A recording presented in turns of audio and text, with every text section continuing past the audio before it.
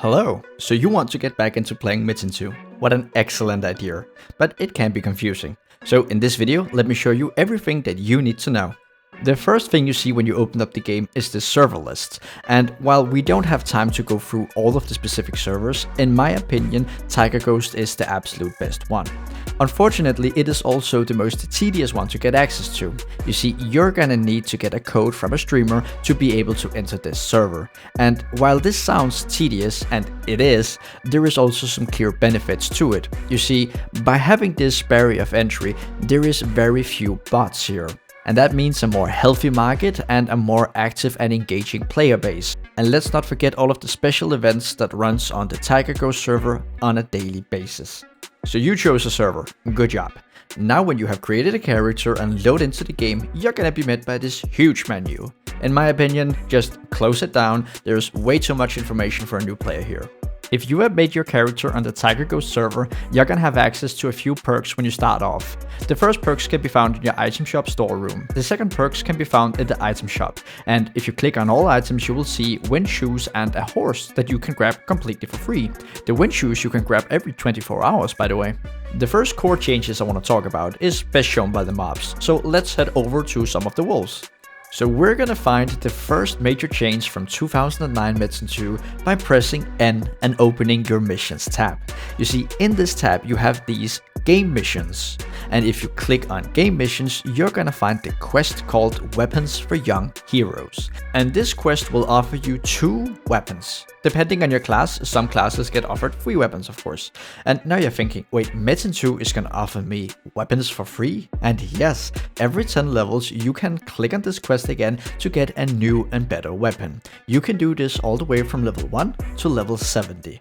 And let me just pick the Orc Slayer here, it's the two-handed weapon. And this thing is a beast. Here let me show you the damage of the usual level 1 weapon. We're dealing 6 to 7 damage, and you can see the health bars of the mobs up there. If we then equip the Orc Slayer, it's an entirely different story. These mobs get completely cut open.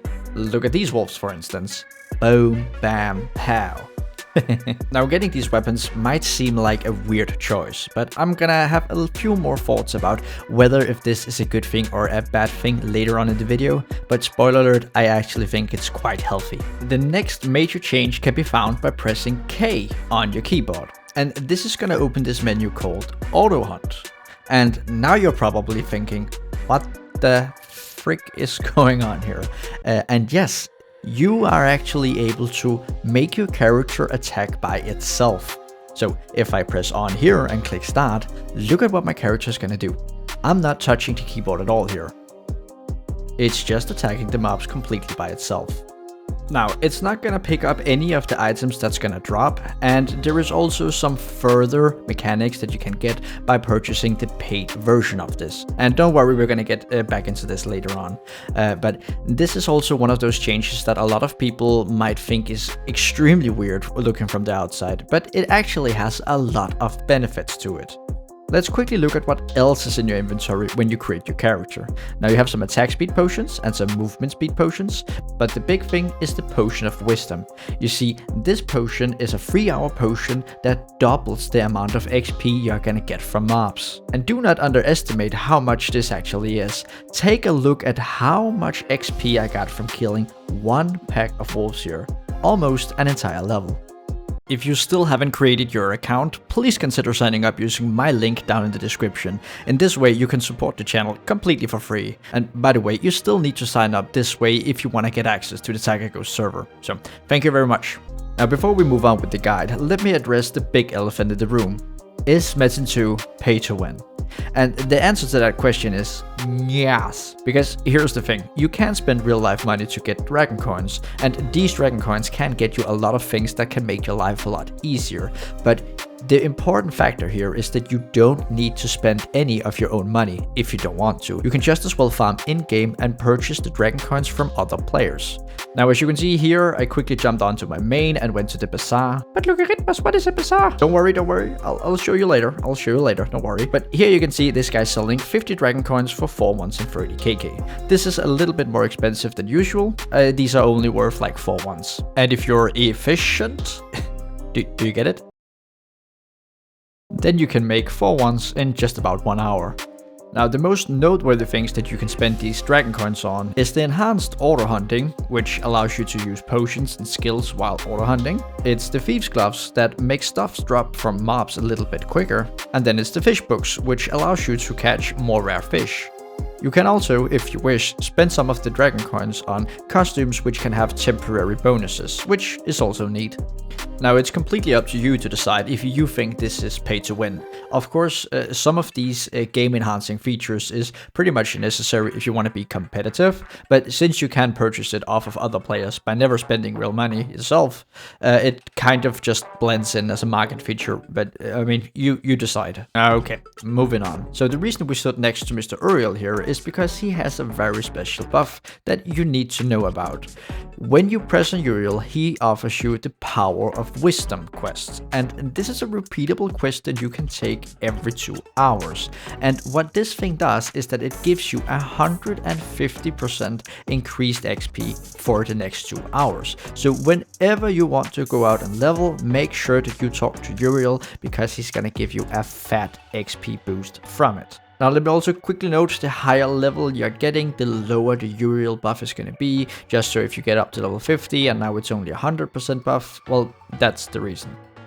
By the way, as a quick side note, you are probably a returning player, so you're gonna know about the talent system, if you will. But if you are unsure of what you should get, I always get health first. Health is just so overpowered when you're trying to level. So yeah, get vitality. That's my opinion at least. Okay, so I have leveled the character to level 10, and we're gonna stop here for a reason. You see, we have this apprentice chest that I haven't shown you yet, and that's because the first open of it is gonna be at level 10. And when you click on this chest, it's gonna have some items within. So most of these items are self-explanatory. You can read them on what they do. What we're gonna spend our time speaking about though is these 3 1-hour stackable potion of wisdoms. You see, these are not quite the same as the 3-hour one that we have talked about earlier. Now, the 3-hour one you could equip and unequip as you wished, but these 1-hour versions, they're not gonna go in your inventory. Instead, you will find them as a buff all the way up to the left of your screen. And the reason that's important is that this very feature makes them stackable. So as you can see, when I kill 1 wolf here without the 3-hour version 1, we get 640 XP. If I then put the 3-hour version on as well, we're now getting 820 XP. So that means that if you're gonna go for like a huge level push, you can stack these to get more and more XP. Ooh, look right here. This guy certainly does look like a new player. Aha, he is a new player. Guys, I'm telling you, tons of new players here. It's crazy. Okay, so I have leveled the warrior up to level 25, and now it's time that we talk about Yang. You see, we're gonna need Yang for pretty much anything that we want to do. If you want to get gear, Yang. If you want to get upgrading materials, Yang. You get the point. Everything you want to do in this game requires you to have some form of currency, obviously. So the first and most iconic thing we're going to talk about is killing the Metin stones, right? This is the traditional way of farming and getting Yang. And so let's try it. It's a little bit slow when you don't have, good gear. But eventually, and this ninja also came to help, so hello Mr. Ninja, we do get it down.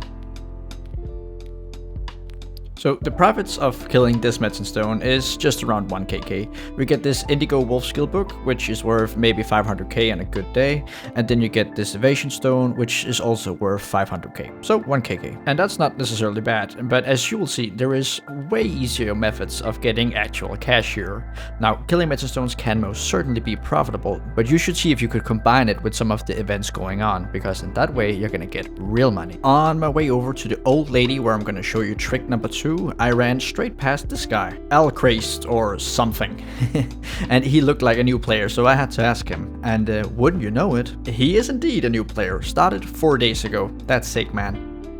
Oh, and it turns out I was even the one inspiring him to start. Welcome, buddy. As any other new player, he's of course welcomed into the guild. So Alchemy, welcome aboard.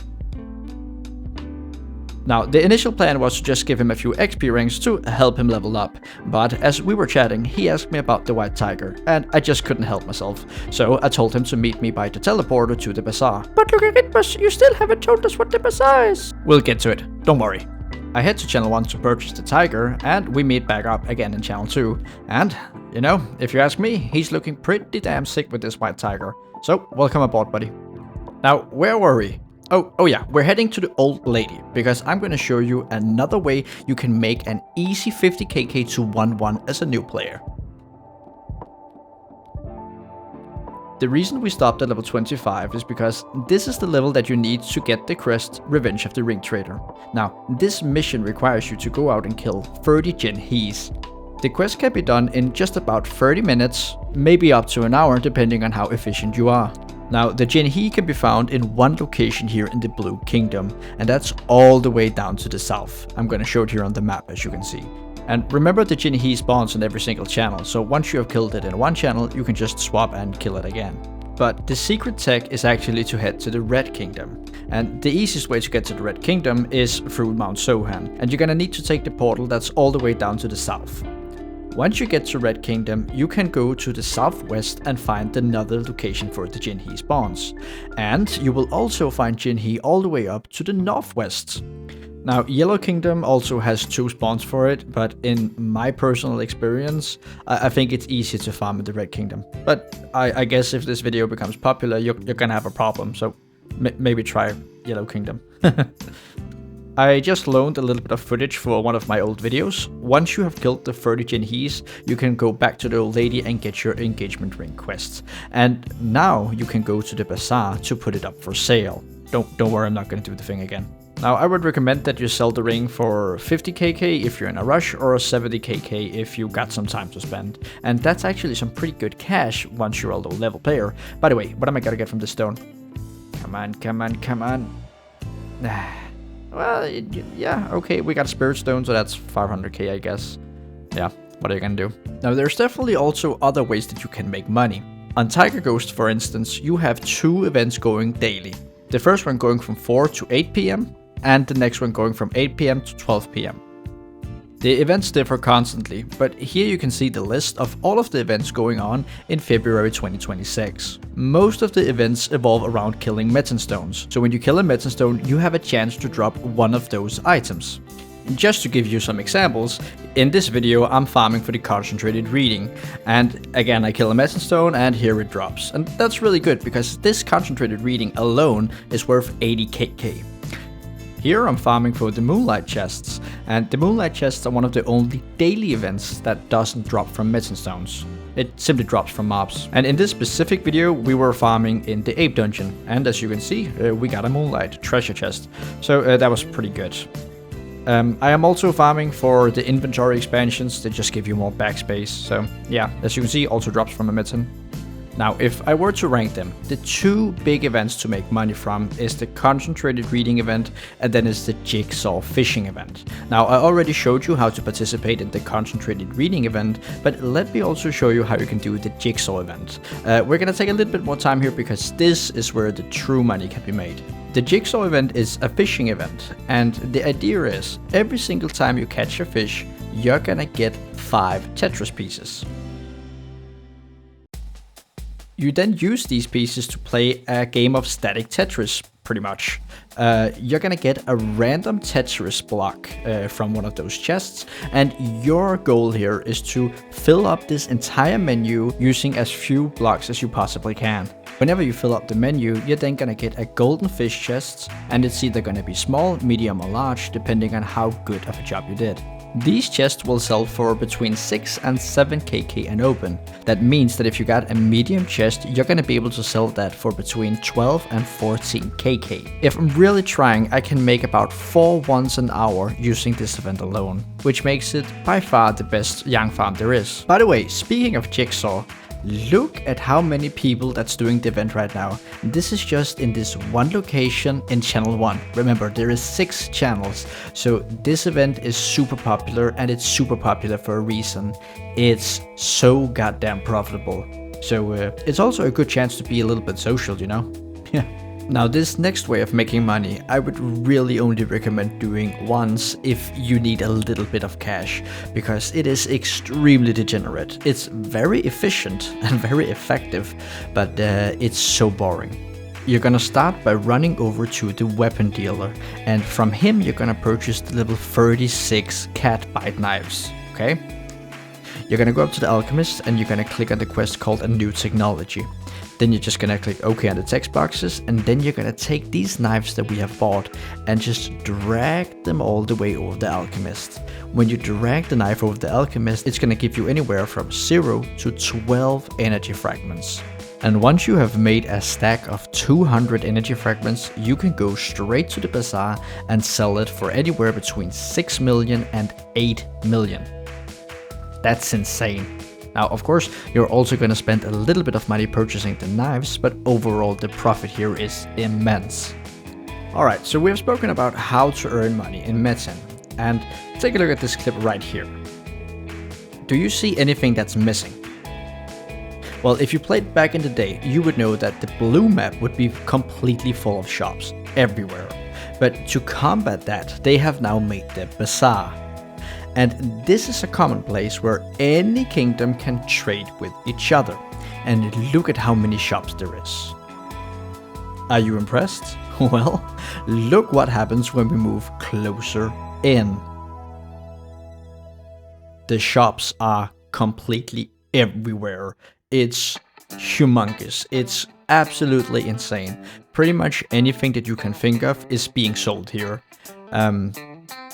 So yeah, if you were sitting and wondering if Metin2 is still alive, yes, it is still very much alive. This is the shops and just Tigerghost, right? So it's crazy out here.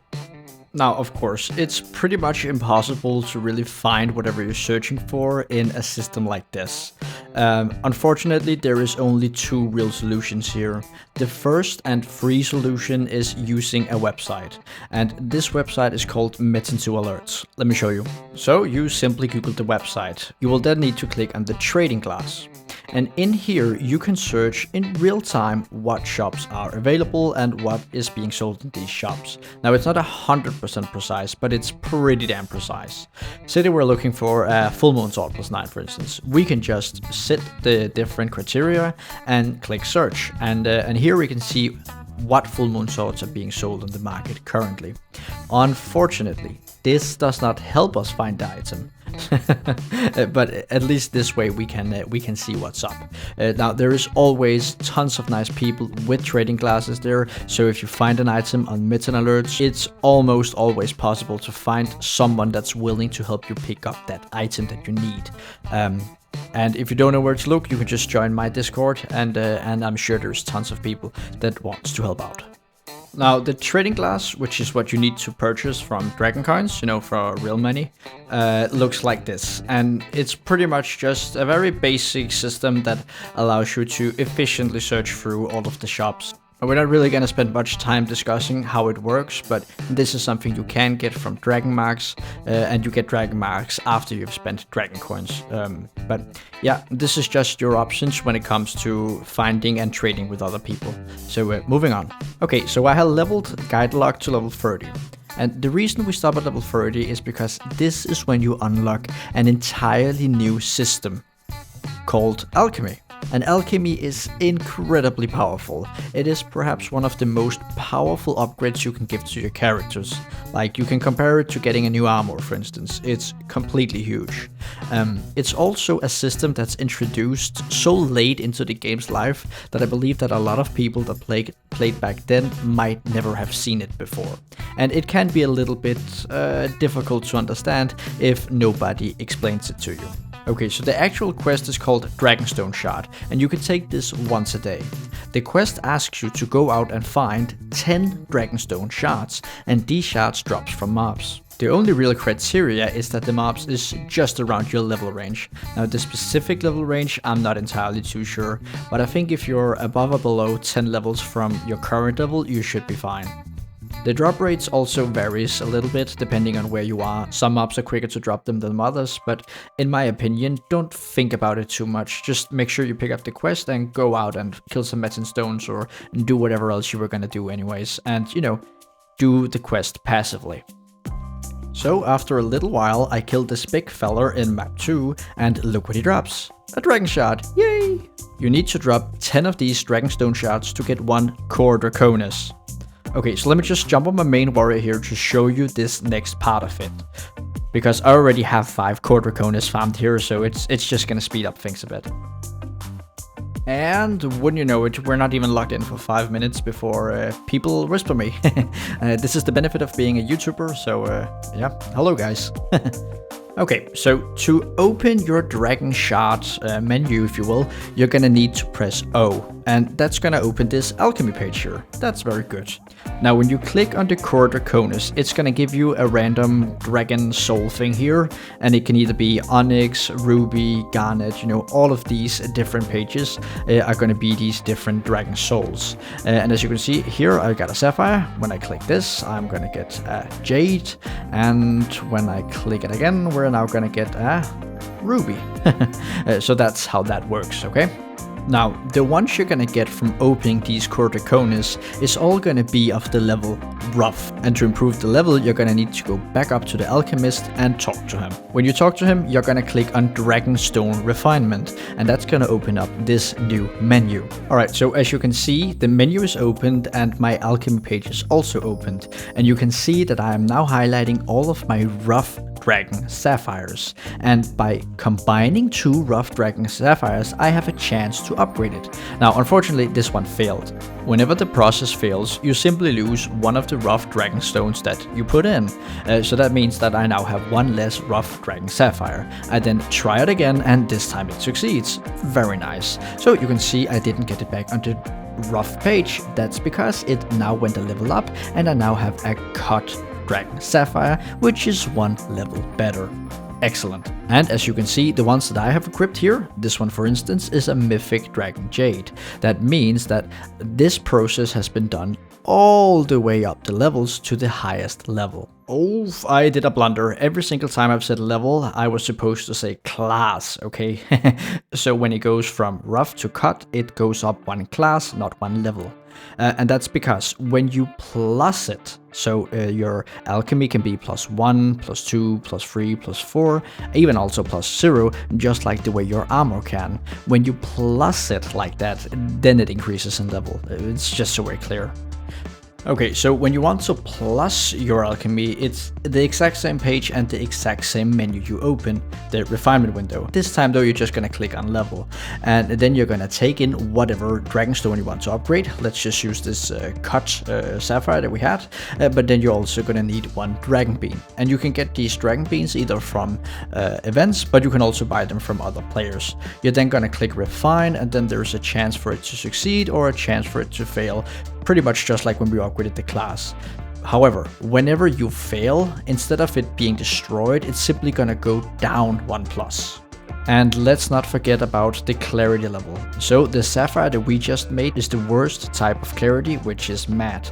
And upgrading this works pretty much the same as it did in class. You're gonna take 2 of the same dragonstones with the same clarity grade, and then you can use them, and then you can upgrade the clarity grade. And if it fails, you're gonna lose 1 of them. So, works pretty much the same. Now, whenever you make your alchemy into the antique clarity, that's when you can trade it with other people. So farming dragon shards to get these core draconises is actually a very viable way to make money. Once you get them to antique, you can sell them, and yes, these are actually pretty expensive, especially if you make the ruby ones antique. That's where the real money is. By the way, if you're a real maniac, you can farm these core draconis under other characters on your specific account, and then you can put them into the storeroom. And in this way, you can actually farm 5 of them times how many characters you have. So in that way, you can really speed up the money making potential. And for good measure, whenever you start as a new player and you get into this alchemy thing, I would really just recommend that you purchase an already made legendary dragon ruby. It's by far the most expensive one, but it's also the biggest upgrade, you know, the best bang for your buck. I just made this shaman a few days ago and I bought myself this legendary dragon ruby for 12 ones and I couldn't be happier. I'm just gonna keep it like this for at least a good while. So yeah. Oh, and the guy that rolled earlier when we logged onto the main here, Mr. In, I haven't met him before, but apparently he's also a new player that Drush G got into the guild. So welcome aboard, big guy. Let's give you a tiger and a million and then just send you off your dear way. By the way, thank you very much for watching the videos, everyone. You're the goats. The next thing we need to discuss is resistances, and this is another major change the game has seen over these couple of years. So I go directly into Grotto 2 where all of the mobs have lightning damage, and you can see it by the little icon over the health bar up here. This means that they will do some lightning damage.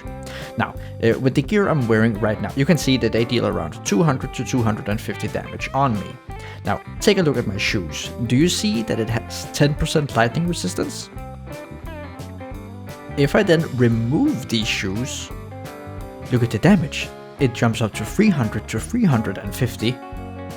Now, take a look at my copper necklace. It also has 10% lightning resistance. If I remove that, you guessed it, it now goes all the way up to 450. And yes, of course, if I remove my bracelet, the damage is now going to completely spike at 600. And remember, at this point, I still have like 40 or so lightning resistance. So yeah, you see, resistance is the new huge factor that you need to play around in certain maps. The spider dungeon, for instance, which is the place that you want to level up to level 75 for, requires you to have fire resistance. However, if I go back to Grotto 1 where they have ice damage, look what happens now. They deal 600 to 700 damage a hit. And if I remove my wooden shoes, which had the lightning resistance on, they still deal 600 to 700 a hit. And I can also remove my bracelet and my copper necklace, and the damage output is completely the same. So again, the resistances only work versus the specific mobs which deals that type of damage.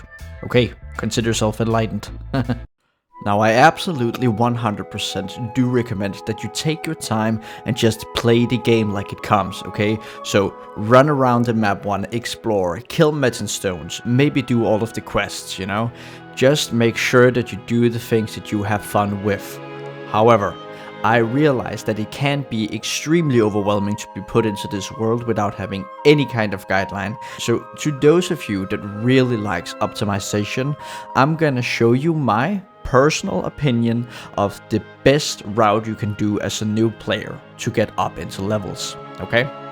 And this is where we're gonna talk about the first quest that there is. So these are the hunting missions, and the hunting missions is a quest that you can get once a level, and it requires you to go out and kill a dog. Now, as you can see, I had my level 2 hunting quest here, but you just accept whatever, and then you can click on it again and say adjust for my level. And this time it's gonna give me mobs that's actually around my level range.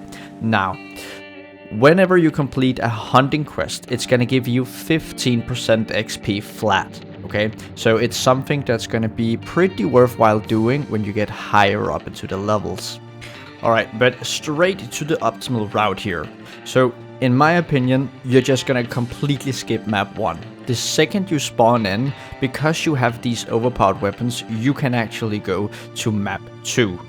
Now, it's gonna require a little bit of agility, if you will. You need to kite around and be smart about it. But these mobs are actually killable from level 1, and they're gonna give you so much XP. You're pretty much gonna get 50% each mob, so you can essentially go from level 1 to level 10 in, I don't know, 5 minutes or so. It can be super, super quick. But I would stay here all the way up to level 18. By the time you reach level 18, you should head back to map 1 to get your skills. And then you should attempt to get your main ability into M. Remember, it has to become M by skill point 17. So in this specific case, you can see I reached 17, but it did not go into M. If this happens, you should go directly over to the old lady and ask her to reset your skills. Now, this is gonna cost a little bit of money, but trust me, it's money well spent. When she has reset your skills, you're gonna go over and try again. and keep doing this until it eventually goes into M by 17 points. Once your ability is an M, you should head straight back into City 2, and in here you're gonna pick up a level 18 armor, a level 1 shield, and a level 1 helmet. And then you're gonna take those over to the blacksmith. Your objective is to get each of them to +4. Now there's no reason to do +6 because the chances of getting +6 is quite a lot slimmer than it is to get it to +4, and the yang is pretty damn valuable at this point, so +4 will do plenty. With this new gear you're gonna adventure further into map 2. Now in the blue area I would recommend that you go to this location right here. If you're playing in Red or Yellow Kingdom, I'm not entirely sure where you should go, but honestly just venture out. And hey, killing Metin stones is actually also pretty damn good for XPing, by the way. I would stay in this area all the way to level 25, and by the time you reach level 25, I would go out and do the engagement ring quest that I showed you, and also try and make a little bit more money elsewhere. You're gonna need cash to purchase yourself a level 26 armor +9, hopefully with a little bit of fire resist too, okay? So this is where you really need to think about making money in the optimal world. Now there's two ways you can make money from this point, right? You can kill the Metin stones during the events and make cash that way, or you can continue leveling here all the way up to level 30. And by level 30 you can fish, but you can also participate in the dragon shard quests and all of these things, right? Level 30 really is where a lot of the new big things unlocks, so it can make sense to stay here all the way to level 30. Once your gear is good enough, it's actually time to head all the way over to Orc Met. And it sounds crazy, but it can really be done, especially if you have picked yourself up a tiger or any kind of attacking mount. Now this spot that I'm at right here is the blue spot, and this is the absolute best spot, but there is always a lot of competition here, so the second best place you can go is actually going to be by the spot over by the Red Kingdom, and that's the one that's northwest in Orc Met. So just follow this road right here. I would recommend as a new player that you stay here all the way up to level 50. And by the way, there is also great opportunities to farm Metin stones and make money when you are at this place. All of the stones that spawns in Orc Met, and they're level 45 I believe, and they actually drop pretty decent things. There is skill books and stones, of course. You are also killing these desert mobs, which has chances of dropping stuff that's pretty valuable. It's also important that you do your biologist quests. It requires you to turn in Orc Teeth, and you can turn in one a day.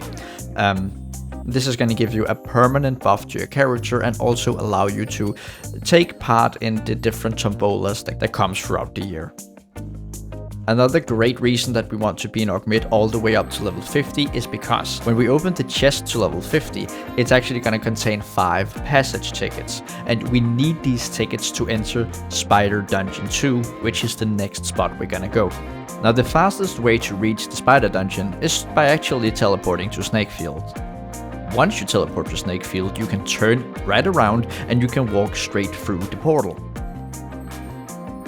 This portal will take you all the way back to the Yongpi Desert, but it will take you back to the spawning point that's right next to the Spider Dungeon.